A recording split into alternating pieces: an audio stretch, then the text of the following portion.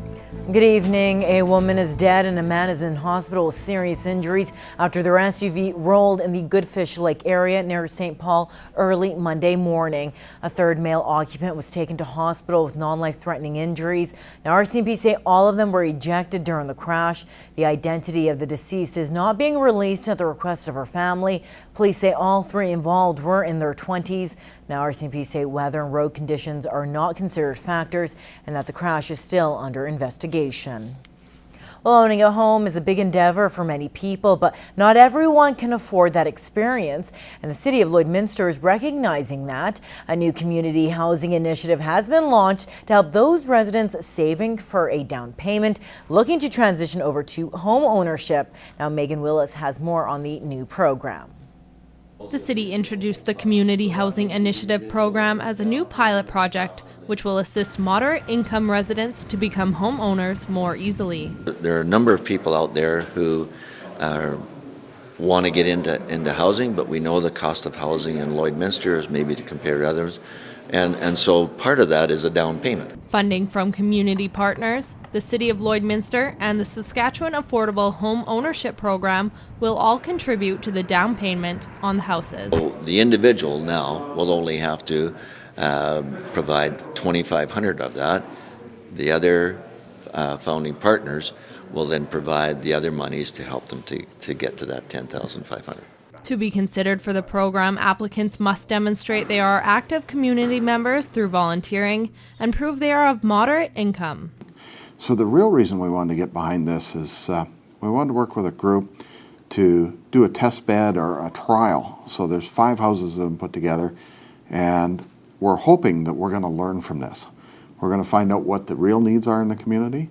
Glencoe Developments has reserved 5 condo units in the Larson Grove neighborhood, and they are scheduled to be available for spring 2014. We really believe strongly that when somebody moves from being a renter to being an owner, their commitment changes to the community, and it gives them an opportunity to be more rooted in the community. The deadline to apply for the project is December 16th. Those looking to apply for the initiative can visit the city's website at www.lloydminster.ca/CHIP.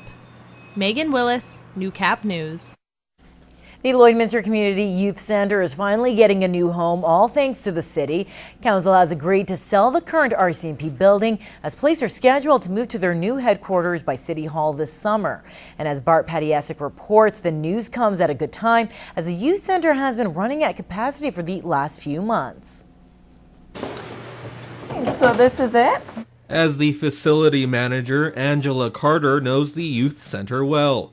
It's quiet right now, but once school is out, that's no longer the case. The room above the Anglican Church regularly hosts kids and after-school programs every night.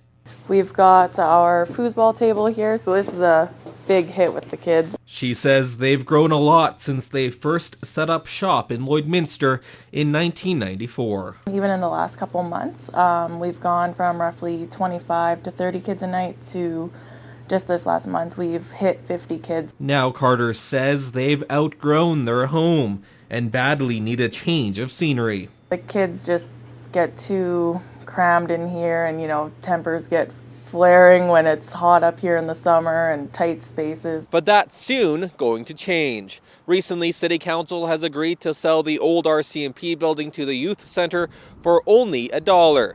They're expected to move in summer of 2014. Earlier this year, the Youth Centre's board pleaded their case to the city.